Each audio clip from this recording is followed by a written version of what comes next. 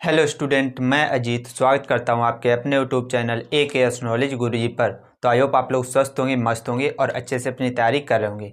तो आज इस वीडियो में हम कराने वाले हैं आपको जो कक्षा 10 का इस साल का जो पेपर आया था 822 BX सेट, इस सेट को पूरा हल कराने वाला हूं। तो वीडियो को पूरा एंड तक देखते रहना। साथ ही अगर चैनल पर नया हो चैनल को सब्सक्राइब करके वीडियो को भी लाइक कर देना।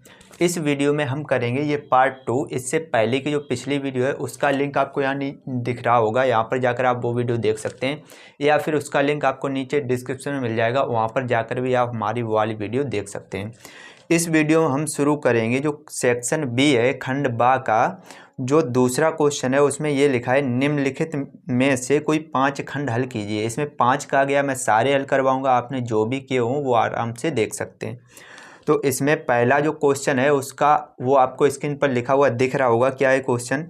2.5 सेंटीमीटर त्रिज्या के एक वृत्त की 4 सेंटीमीटर लंबी एक जीवा PQ है।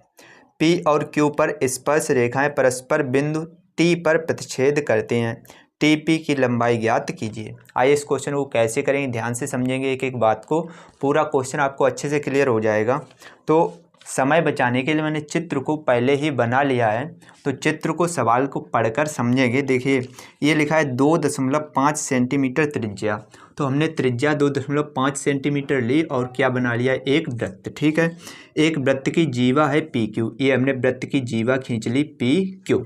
ठीक है, इस P और Q बिंदु पर जो स्पर्श रेखा है ये बिंदु T पर प्रतिच्छेदित करते हैं। ये बिंदु T है, इस बिंदु पर क्या कर रही है, प्रतिच्छेद कर रही हैं।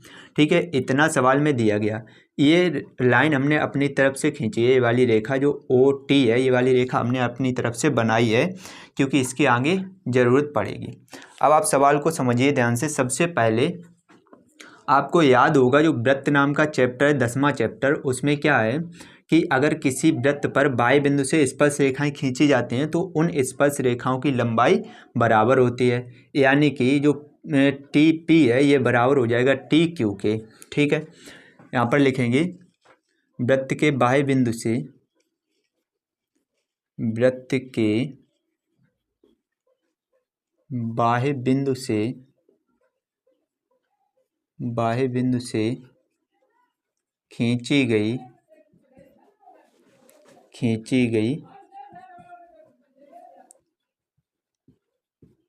स्पर्श रेखाओं की लंबाई, स्पर्श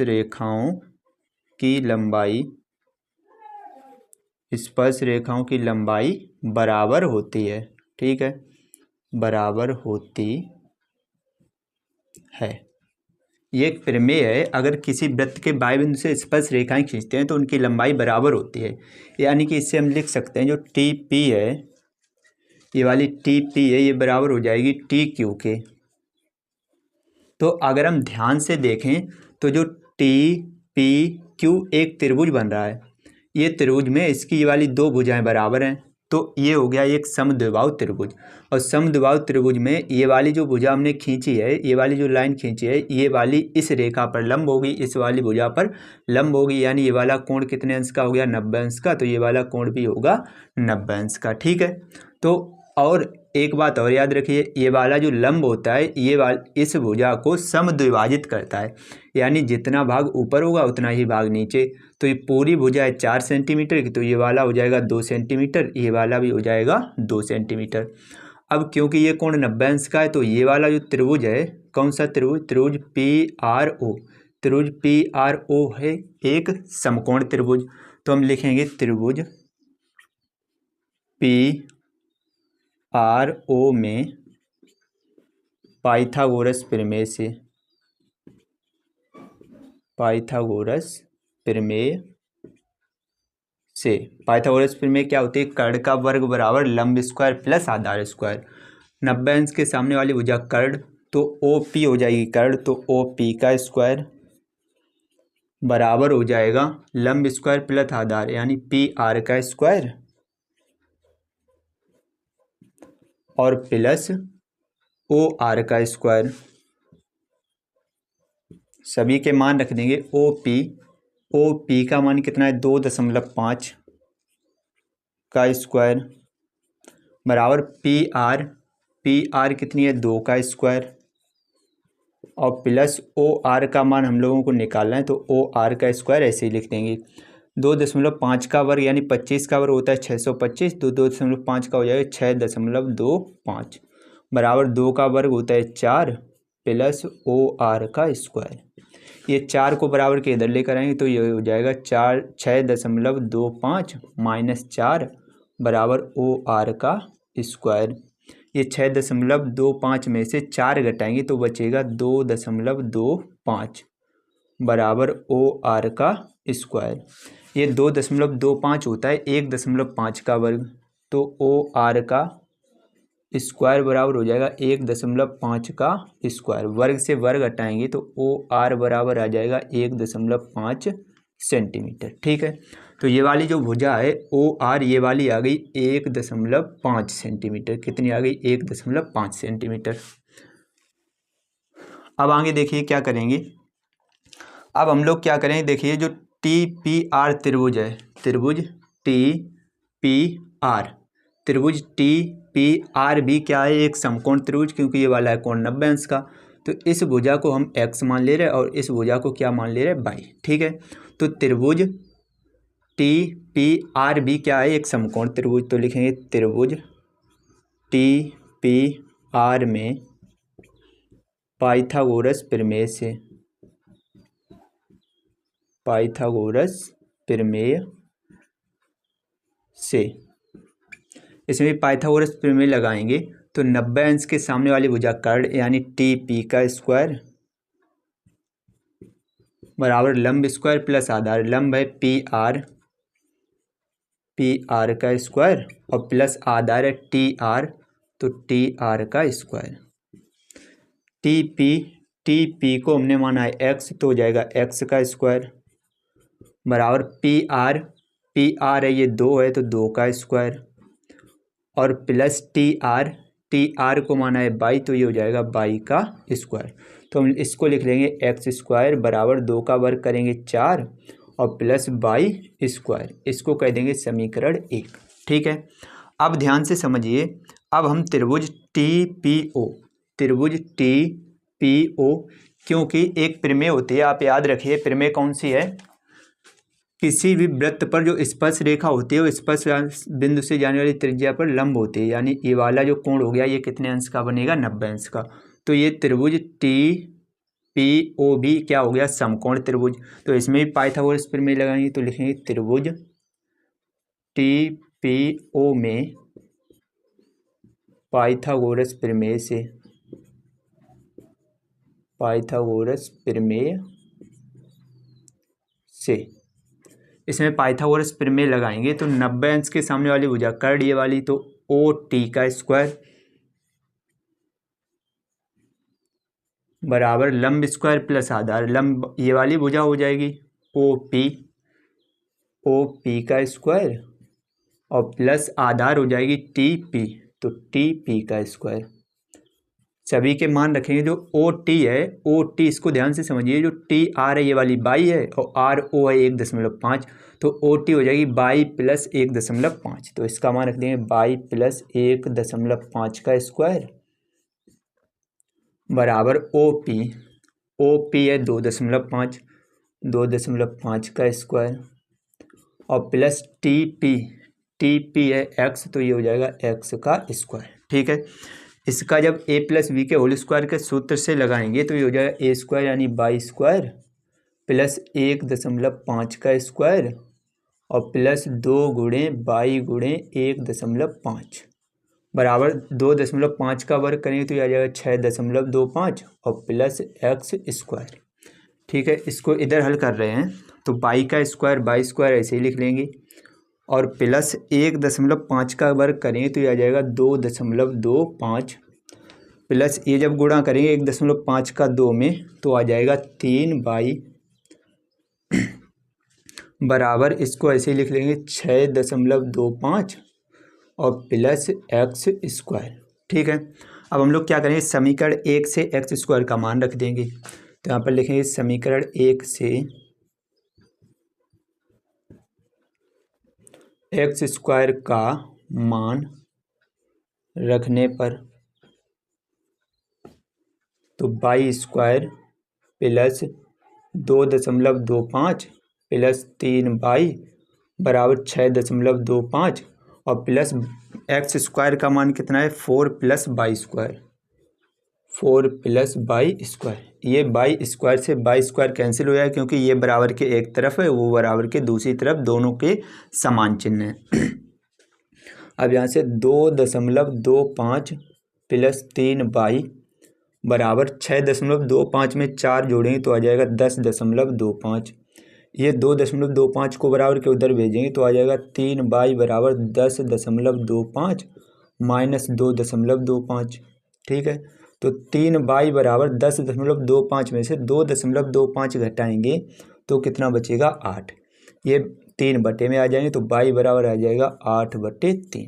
ठीक है, ये बाई का जो मान निकला है, ये बाई का मान रख देंगे समीकरण 1 में तो हमें एक्स का मान प्राप्त हो जाएगा और एक्स का मान ही है टीपी की लंबाई। ठीक है, तो आप इतना स्क्रीनशॉट ले सकते हैं, इसको उतार सकते हैं।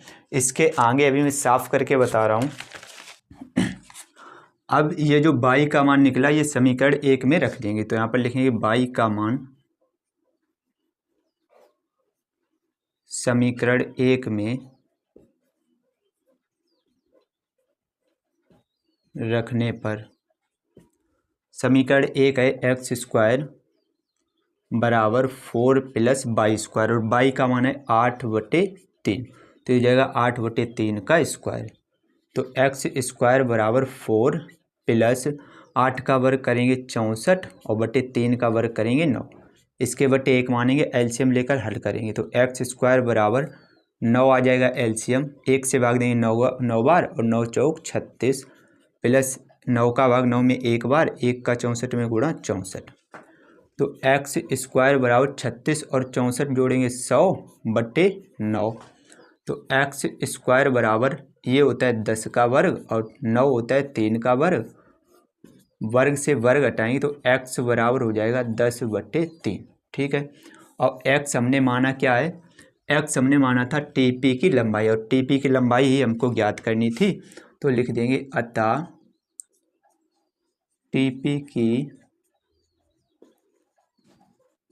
लंबाई बराबर 10/3 सेंटीमीटर।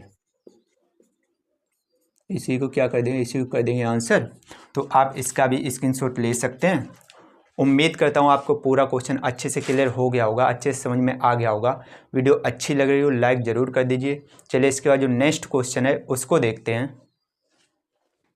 नेक्स्ट क्वेश्चन है क्वेश्चन नंबर 2 का खा। आपको स्क्रीन पर लिखा हुआ दिख रहा होगा, क्या लिखा है, चित्र में DE समांतर है AC और DF समांतर है AE तो सिद्ध कीजिए कि BF/FE बराबर है BE/EC।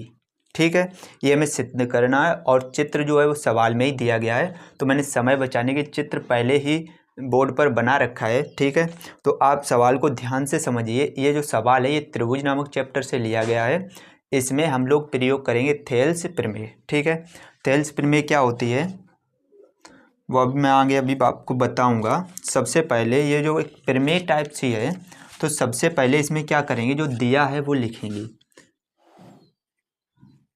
हेडिंग डालेंगे दिया है। क्या दिया गया है, DE समांतर है AC के, DE समांतर है AC के तथा जो DF है वो समांतर है AE के। ठीक है, ये दिया गया है। सिद्ध क्या करना है वो यहाँ पर लिखेंगे,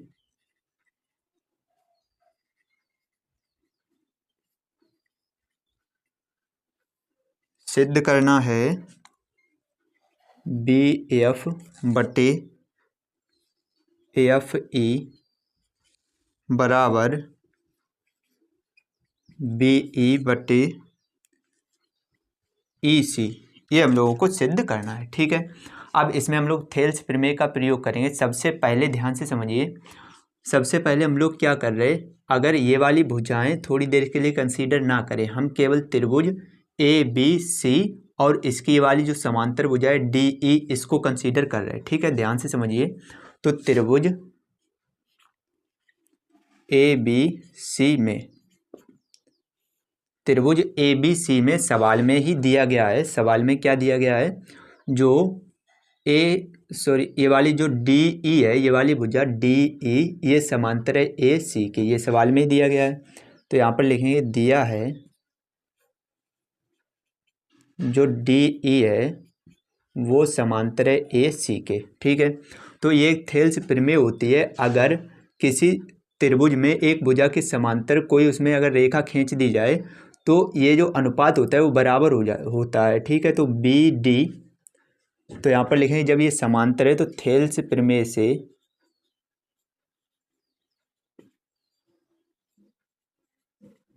प्रमेय से क्या हो जाएगा, BD और बटे DA ये बराबर हो जाएगा BE और बटे EC के। इसको करेंगे समीकरण 1, ठीक है। अभी हमने क्या किया, ये वाली जो दोनों भुजाएं हैं इसको कंसीडर नहीं किया था, ये वाली भुजा ये और ये पूरा त्रिभुज। अब हम लोग क्या करेंगे, त्रिभुज ABE को कंसीडर कर रहे हैं, इसमें ये वाली जो भुजा है वो इसके समांतर है, ठीक है। तो यहाँ पर लिखेंगे त्रिभुज ABE में, त्रिभुज ABE में दिया है, ये सवाल में ही दिया है, जो DF है ये वाली, ये AE के समांतर है। तो क्या दिया है, दिया है कि जो DE है, सॉरी जो DF है वो समांतर है AE के। अगर ये समांतर है तो थेल्स प्रमेय क्या हो जाएगी, थेल्स प्रमेय से भुजाओं का जो अनुपात होता है वो बराबर होता है, ठीक है। तो BD और बटे DA ये बराबर हो जाएगा BF बटे FE के। इसको कह देंगे समीकरण 2। अब समीकरण 1 और 2 को ध्यान से देखिए, समीकरण 1 और 2 को ध्यान से देखने पर ये पता चल रहा है जो समीकरण 1 और 2 की एक साइड है वो आपस में कैसी है, बराबर है। तो आप ये हमेशा याद रखिए कि अगर किसी भी समीकरण की एक साइड आपस में बराबर है तो दूसरी साइड भी आपस में बराबर होती है, ठीक है। तो समीकरण 1 व 2 से एक साइड बराबर तो दूसरी साइड भी आपस में कैसी होगी, बराबर होगी, ठीक है। तो यहाँ पर लिखेंगे समीकरण 1 व 2 से, समीकरण 1 व समीकरण 2 से, समीकरण 1 व 2 से देखेंगे एक साइड बराबर तो दूसरी साइड भी आपस में बराबर होगी। तो BF बटे FE, BF बटे FE ये बराबर हो जाएगा BE बटे EC के। अब देखिए हमको सिद्ध क्या करना था, यही सिद्ध करना था, तो लिख देंगे हेंस प्रूव्ड, यानी कि अतः सिद्ध हुआ, ठीक है। तो आप इसका स्क्रीनशॉट ले सकते हैं। उम्मीद करता हूँ ये क्वेश्चन भी आपको अच्छे से क्लियर हो गया, समझ में आ गया होगा। चलिए इसका जो नेक्स्ट क्वेश्चन है उसको देखते हैं। नेक्स्ट क्वेश्चन नंबर दूसरे का जो गा पार्ट है उसको देखते हैं। क्वेश्चन आप लिखा हुआ ऊपर देख सकते हैं स्क्रीन पर, क्या लिखा है, किसी AP यानी समांतर श्रेणी के प्रथम 9 पदों का योग 81 है और प्रथम 17 पदों का योग 289 है, तो उसका प्रथम पद और सर्वांतर ज्ञात कीजिए, ठीक है। तो इसमें हम लोग एक लाइन लिखेंगे, जो समांतर श्रेणी का प्रथम पद और सर्वांतर ज्ञात करना है, तो वो पता तो है नहीं। तो किसी भी समांतर श्रेणी का जो प्रथम पद है वो हमेशा A और सर्वांतर D मानते हैं, तो वही लाइन यहाँ पर लिख देंगे, माना समांतर श्रेणी का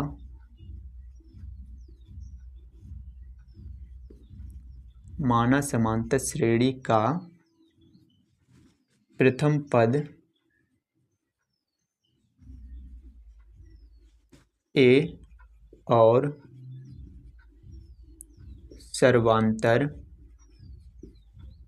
सर्वांतर D है। हमने क्या मान लिया, समांतर श्रेणी का जो प्रथम पद है वो A है और सर्वांतर जो है वो D है, ठीक है। अब जो सवाल में दिया गया वो लिखेंगे, प्रथम 9 पदों का योग दिया गया 81। पदों का योग लिखते हैं एस से, 9 पदों का तो है एस 9 बराबर दिया गया 81, ठीक है। और प्रथम 17 यानी कि एस 17 बराबर दिया गया है 289, ठीक है। हमें प्रथम पद ए और सर्वांतर डी ज्ञात करना है। अब देखिए ध्यान से कैसे करेंगे। किसी भी समांतर श्रेणी के एन पदों का योगफल जो होता है, एन पदों का योगफल का एक सूत्र होता है, एन पदों का योगफल एस एन बराबर सूत्र होता है एन/2 कोष्टक में 2a plus an-1 into D, ठीक है। इसमें हम लोग क्या करेंगे, एन की जगह पर अगर 9 रख दें तो 9 पदों का योग निकल के आ जाएगा।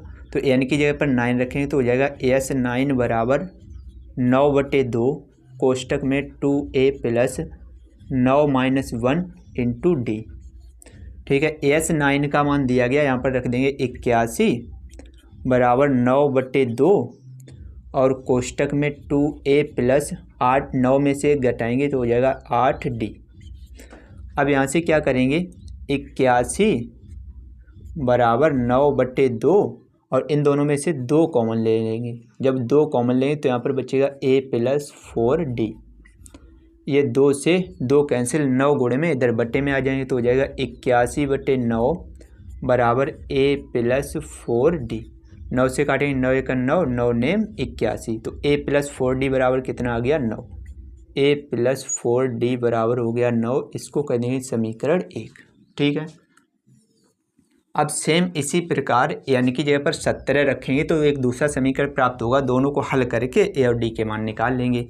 तो एन की जगह पे 17 रखेंगे तो हो जाएगा एस 17 बराबर 17/2 कोष्टक में 2a प्लस 17-1 इंटू डी। तो एस 17 का मान कितना है 289 बराबर 17/2 कोष्टक में 2a प्लस 17 में से घटाएंगे तो बचेगा 16d। तो यह आ जाएगा 289 बराबर 17/2। इन दोनों में से 2 जब कॉमन लेंगे तो कोष्टक में क्या बचेगा a प्लस 8d। ये 2 से 2 कैंसिल, 17 गुणे में इधर बटे में आ जाएंगे तो 289/17 बराबर हो जाएगा a प्लस 8d।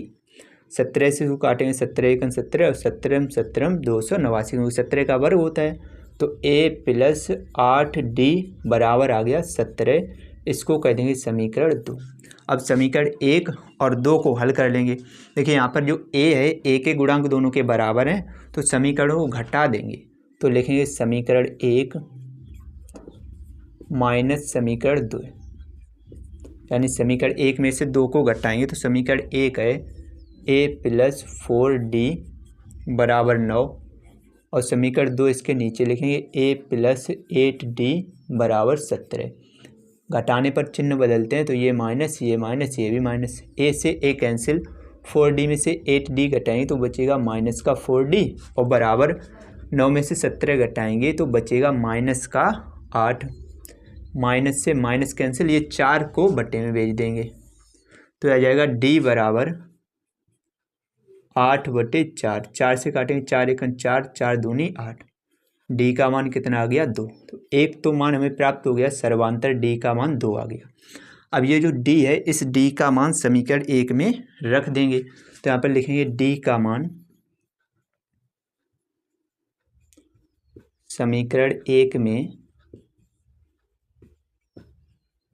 रखने पर, डी का मान समीकरण 1 में रखेंगे तो आ जाएगा a प्लस 4 इंटू डी है और डी का मान है 2 बराबर कितना है 9।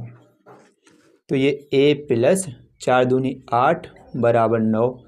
8 को बराबर के उधर भेजेंगे तो a बराबर हो जाएगा 9 माइनस 8। तो a बराबर कितना आ जाएगा, 9 में से 8 घटाएंगे 1, ठीक है। तो जो समांतर श्रेणी है उसका जो प्रथम पद a है वो 1 है और सर्वांतर जो है वो कितना है 2 है। तो लिख देंगे अतः प्रथम पद बराबर 1 और जो सर्वांतर है, सर्वांतर कितना निकल के आया है 2, ठीक है। तो इन्हीं दोनों को हम क्या कर देंगे, इन्हीं को कर देंगे आंसर। तो आप इसका स्क्रीनशॉट ले सकते हैं उम्मीद करता हूँ ये क्वेश्चन भी आपको अच्छे से क्लियर हो गया होगा, अच्छे से समझ में आ गया होगा। वीडियो अच्छी लग रही हो तो लाइक ज़रूर कर दीजिए, बहुत ही बड़ी मेहनत लगती है वीडियो बनाने में। और चैनल पर अगर पहली बार आए हो तो चैनल को सब्सक्राइब कर लीजिए। चलिए इसके बाद जो नेक्स्ट क्वेश्चन है उसको देखते हैं। नेक्स्ट क्वेश्चन नंबर दूसरे का जो घ पार्ट है इसको मैं पढ़ रहा हूँ, आप स्क्रीन पर लिखा हुआ देख सकते हैं। क्या लिखा है? द्विघात बहुपद x² - 5 के शून्य ज्ञात कीजिए और शून्यकों तथा गुणांकों के बीच के संबंध की सत्यता की जांच कीजिए। ठीक है, एक बहुपद दिया गया, इसके शून्य ज्ञात करने और इनके गुणांकों और शून्यकों के बीच जो संबंध होता है उस संबंध के सत्यता की जांच भी करनी है। ठीक है, तो सबसे पहले जो बहुपद दिया गया वो यहाँ पर लिख लेंगे। बहुपद है x² - 5। ठीक है, सबसे पहले क्या करेंगे, इस बहुपद के कर लेंगे गुणनखंड। गुणनखंड करेंगे तो x² माइनस इस 5 को हम लिख सकते हैं √5 का स्क्वायर। ठीक है, अब वर्गांतर का सूत्र लगाएंगे a² - b², तो एक कोष्टक में हो जाएगा x + √5 और एक कोष्टक में हो जाएगा x - √5। ठीक है, शून्य ज्ञात करने के लिए शून्य क्या होते हैं, जिस पर इस जो x का मान होता है जिस पर बहुपद का मान शून्य हो जाए उसको कहते हैं शून्य। ठीक है, तो इन दोनों को जब 0 के बराबर करेंगे तो x + √5 को जब 0 के बराबर करेंगे तो x का मान आ जाएगा -√5। ठीक है, यानी कि एक तो शून्य का ये निकल के आ गया और x - √5 को जब 0 के बराबर करेंगे तो x का मान आ जाएगा +√5। तो ये हमारे दोनों शून्यक निकल के आ गए। तो पहला जो शून्यक है इसको हम मान लेंगे अल्फ़ा और दूसरा जो शून्यक है इसको मान लेंगे हम बीटा। ठीक है, तो सबसे पहले जो बहुपद दिया गया उस बहुपद को लिखेंगे। बहुपद क्या दिया गया, x² - 5। तो इसको हम इस प्रकार भी लिख सकते हैं x² + 0x - 5। ठीक है, ये बहुपद का मानक रूप होता है। इससे इसकी तुलना जब करेंगे ax² + bx + c से तो यहाँ से a का मान हो जाएगा 1, b का मान 0 और c का मान हो जाएगा -5। ठीक है, अब दो सूत्र होते हैं, एक शून्यकों का योगफल। अब हम लोग कर रहे सत्यता की जांच।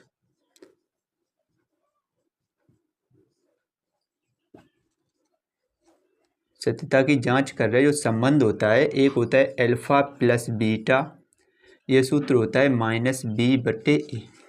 एक सूत्र होता है अल्फ़ा × बीटा, शून्यकों का गुणनफल, ये होता है c/a। ठीक है, इन सभी के मान रखेंगे। अल्फ़ा का मान है -√5 और प्लस बीटा का मान √5 बराबर माइनस b का मान कितना है, b का मान है 0 तो -0 और बटे a का मान है 1 तो रख देंगे 1। ये माइनस के √5 से प्लस के √5 कैंसिल 0 और 0/1 भी क्या आ जाएगा 0। दोनों पक्ष आपस में बराबर आ गए, यानी कि शून्यकों और गुणांकों के बीच जो संबंध है वो बिल्कुल सत्य है, यानी कि ये हो गई सत्यता की जांच। अगली बार इसको देखते हैं। देखिए अल्फ़ा × बीटा, अल्फ़ा का मान कितना है -के √5 और गुणे बीटा का मान कितना है √5 बराबर c का मान कितना है -5 और बटे a का मान कितना है 1।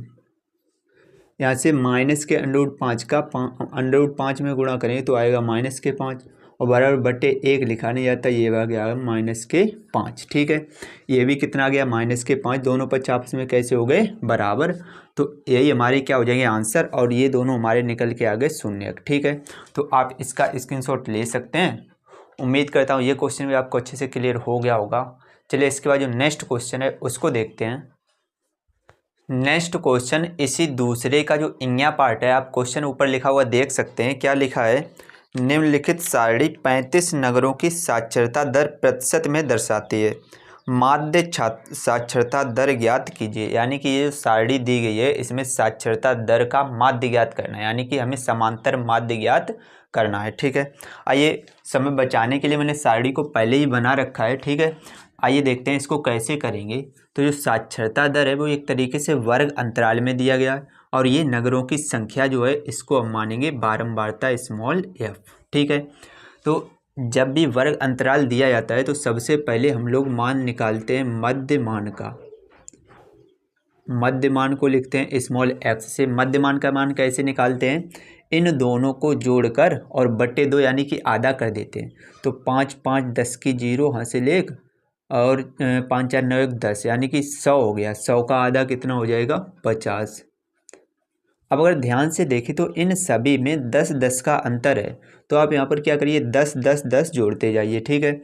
जैसे इसको जब जोड़ेंगे तो 5 5 10 की 0 हासिल 1 और 6 5 11 1 12, 120 बटे 2 करेंगे कितना आ जाएगा, 60। यानी कि 50 में 10 जोड़ा तभी तो 60 आया। 10 में 60 में 10 जोड़ेंगे 70, 70 में 10 जोड़ेंगे 80, 80 में 10 जोड़ेंगे 90, ठीक है। आप कोई एक करके भी देख सकते हैं, जैसे ये वाला देखिए करके देख रहे हैं, यहाँ पर 8 बने हैं, इसको करके देखेंगे। 5 5 10 की 0 हासिल 1, 9 8 17 1 18, 180 बटे 2 करेंगे कितना आ जाएगा, 90। 90 लिखा हुआ है, ठीक है। अब आगे देखिए कैसे करते हैं। समांतर माध्य का जो सूत्र होता है वो होता है सिग्मा एफ एक्स बटे सिग्मा एफ। तो एफ इंटू एक्स हमको और निकालना है, एफ इंटू एक्स, यानी कि एफ ये वाला का ना और एक्स ये वाला, इन दोनों का गुणा करके यहाँ पर लिखना है। तो 3 का 50 में गुणा करेंगे, 3 पचे 15, ये हो जाएगा 150। 10 का 60 में करेंगे तो कितना आ जाएगा, 600। 11 का 7 में 70 में करेंगे, 11 से 70, ये हो जाएगा 770। 8 8 64, ये हो जाएगा 640 और 9 3 27, ये हो जाएगा 270, ठीक है। इनको जब जोड़ते हैं ये निकल के आएगा सिग्मा एफ एक्स का मान, ठीक है। इनको जोड़ेंगे तो कितना आ जाएगा, पीछे सभी में 0 है तो 0 लिख लेंगे। उसके बाद 5 7 5 12, 12 4 16, 16 और 7, 16 7 23 की 3 हासिल 2, 2 और 1 3, 3 और 6 9, 9 7 16, 16 और 6 22, 22 और 2 कितने हो जाएंगे, 24, यानी कि 2430 आया।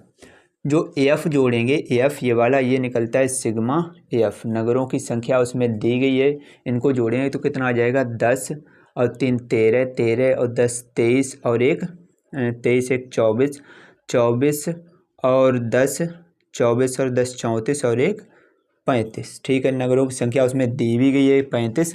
हमें माध्य साक्षरता दर निकालनी है, यानी कि एक्स बार का मान, समांतर माध्य एक्स बार बराबर सूत्र होता है सिग्मा एफ एक्स बटे सिग्मा एफ। तो सिग्मा एफ एक्स का मान वहाँ से रख देंगे 2430 बटे 35। ये 5 से इसको डिवाइड करेंगे, 5 सत्ते 35, ये 5 से करेंगे, 5 चौकू 20, 4 बच्चे 43 हो गए, 5 अट्ठे 40, 3 बच्चे 30 हो गए, 5 छक्का 30, ये आ गया 486 बटे 7, ठीक है। 7 से यहाँ पर इसको भाग दे लेंगे, 7 से भाग करेंगे कितने में, 486 में, दशमलव में आंसर आएगा। तो 7 छंगा 42, घटाएंगे तो 6 बचेगा, 6 का उतारा, 7 नेम 63, 3 बचे, दशमलव लगाएंगे 0, 7 चौको 28, फिर 2 बचेंगे, दशमलव लगाइए 0, 7 दूनी 14, अब कितने बचेंगे, यहाँ से 6 बचेंगे, दशमलव लगाइए 0 बढ़ाएंगे, 7 नेम वो 7 7 अट्ठे 56, ठीक है। तो दशमलव के कितने 3 स्थान तक निकाला, क्योंकि तीसरे स्थान पर 5 से अधिक है, तो ये 8 हटाकर यहाँ 2 की जगह पर कितना कर देंगे, 3 कर देंगे, ठीक है। तो आंसर जो आया इसका जब भाग दिया तो आया 69.43, क्योंकि साक्षरता दर प्रतिशत में है तो आंसर भी किस में आएगा, प्रतिशत में। तो इसी को हम क्या कर देंगे, इसी को कर देंगे आंसर। तो आप इसका स्क्रीनशॉट ले सकते हैं। उम्मीद करता हूँ ये क्वेश्चन भी आपको अच्छे से क्लियर हो गया होगा। चलिए इसके बाद जो नेक्स्ट क्वेश्चन है उसको देखते हैं।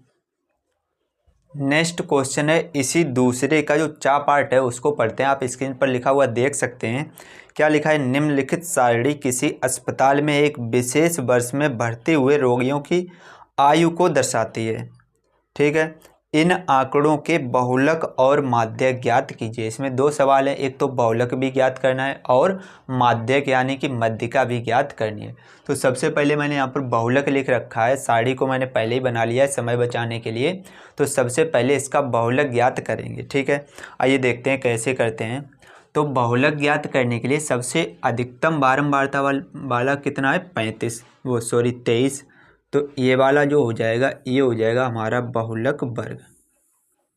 ये क्या हो जाएगा बहुलक वर्ग, ठीक है। जो बहुलक वर्ग की जो बारंबारता होती है ये होता है F1, ठीक है।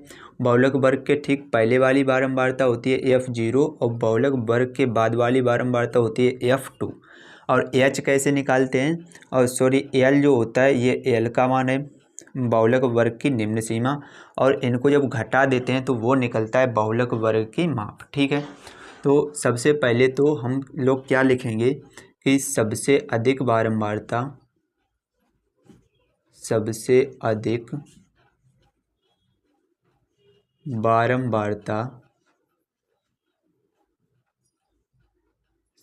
अधिक बारंबारता 23 है, अतः वर्ग अंतराल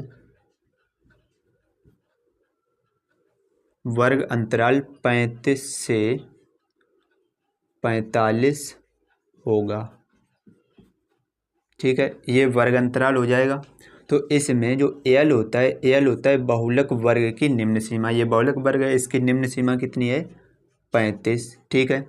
उसके बाद जो F1 होता है ये होता है बहुलक वर्ग की बारंबारता कितनी है 23। F0 बहुलक वर्ग के ठीक पहले वाली बारंबारता 21, और F2 होता है बहुलक वर्ग के बाद वाली बारंबारता 14, और AH होता है बहुलक वर्ग की माप, यानी कि इसको घटा लेंगे तो 45 में से 35 घटाएंगे तो कितना आ जाएगा 10। तो बहुलक बराबर एक सूत्र होता है, आप याद रखिए। बहुलक बराबर सूत्र क्या होता है L plus F1 minus F0 बटे 2F1 minus F0 minus F2 into H, ठीक है। सूत्र क्या होता है F1 माइनस F0 बटे 2F1 minus F0 minus F2 into H, ठीक है। अब L का मान रख देंगे कितना है 35 प्लस F1 का मान रख देंगे 23 माइनस F0 का मान रख देंगे 21 और बट्टे 2 गुणे F1 का मान 23 माइनस F0 का मान 21 और माइनस F2 का मान 14 और इंटू H का मान 10, ठीक है।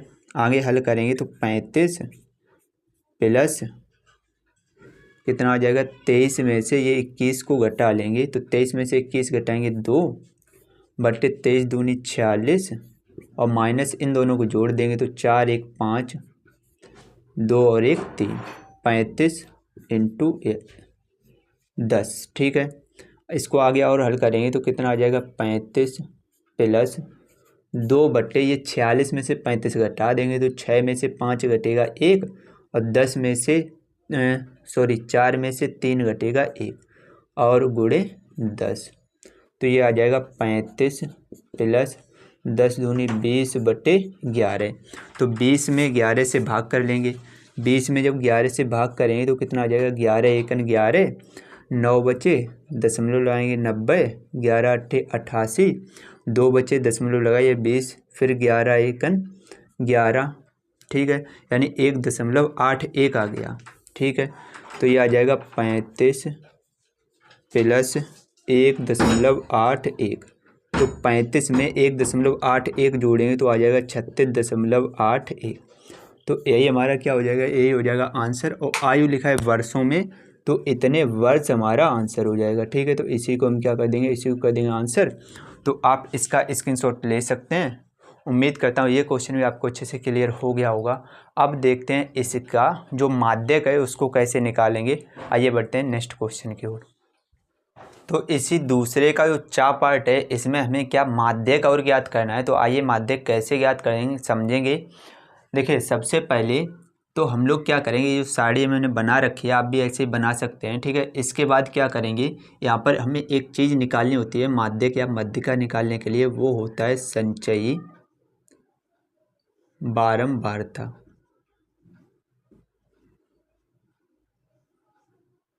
संचयी बारंबारता कैसे निकाली जाती है, ये जो रोगियों की संख्या है इसको हम बारंबारता यानी कि स्मॉल एफ से लिखेंगे।